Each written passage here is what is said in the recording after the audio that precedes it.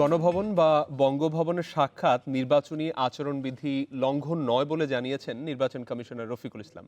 গণভবনে দেড়শো সাবেক সেনা কর্মকর্তা সমর্থন জানানোর অনুষ্ঠানেও আচরণবিধি লঙ্ঘন হয়নি বলে বলেছেন তিনি। তবে গণভবন বা বঙ্গভবন থেকে নির্বাচনী প্রচার হলে নির্বাচন কমিশনের পক্ষ থেকে ব্যবস্থা নেওয়া হবে বলে জানিয়েছেন তিনি।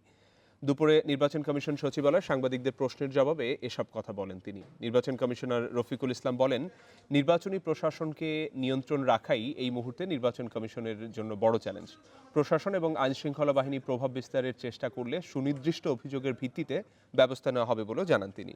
এ নিয়ে জাতীয় ঐক্যফ্রন্টের দেয়া 100 কর্মকর্তার বিষয়ে অভিযোগ খতিয়ে দেখা হচ্ছে বলেও জানান তিনি।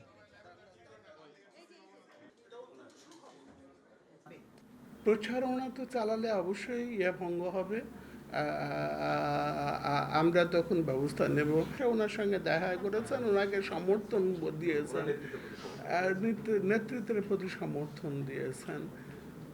এখানে আমি ব্যক্তিগতভাবে যতটুকু আচরণবিধি মালা বুঝি, তাতে আমার কাছে মনে হতেছে না এটা কোনো জায়গায় কোনো ধরনের লঙ্ঘন হতে পারে।